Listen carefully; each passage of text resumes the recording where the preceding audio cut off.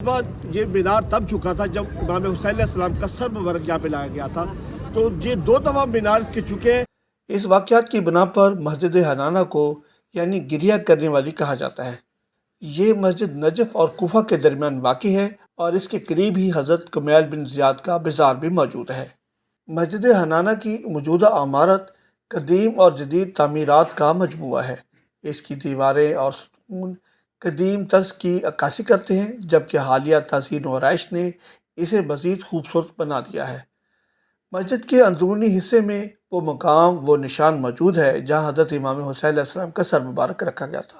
اس سے پہلے اس مسجد کا نام مسجد قائم تھا۔ جب سے یہ مینار جھکی ہیں تب سے اس مسجد کو مسجد حنانہ کہا گیا ہے۔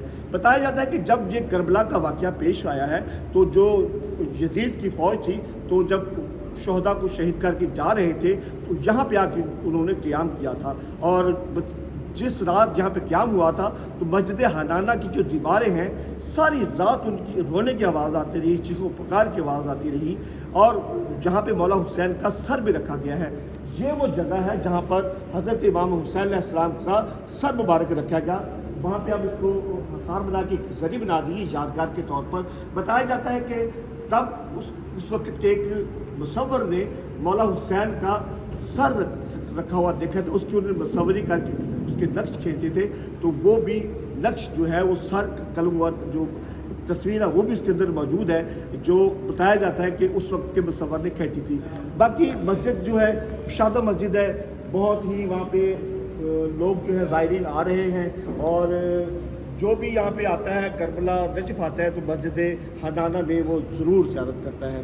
تو باقی بھی تفصیل آپ کو بتاتے ہیں۔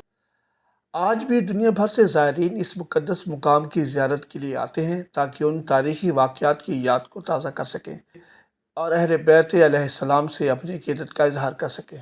یہ مسجد اس کی تاریخی اور مذہبی اہمیت کو اجاگر کرتی ہے اور زائرین کے لیے اس مقام کو مزید معنی خیز بناتی ہے۔ ناظرین، امید ہے کہ ہماری یہ ویڈیو آپ کو پسند آئی ہوگی۔ اگر آپ اس طرح کی اور ویڈیوز دیکھنا چاہتے ہیں تو ہمارے اس چینل کو سبسکرائب کریں اور بیل آئیکن کو پریس کریں تاکہ ہماری تمام تر ویڈیو آپ تک پہنچے رہے۔ اس کے ساتھ اپنے میزبان عامر کو اجازت دیں، پھر ملیں گے ایک نئی ویڈیو کے ساتھ، تب تک اللہ حافظ۔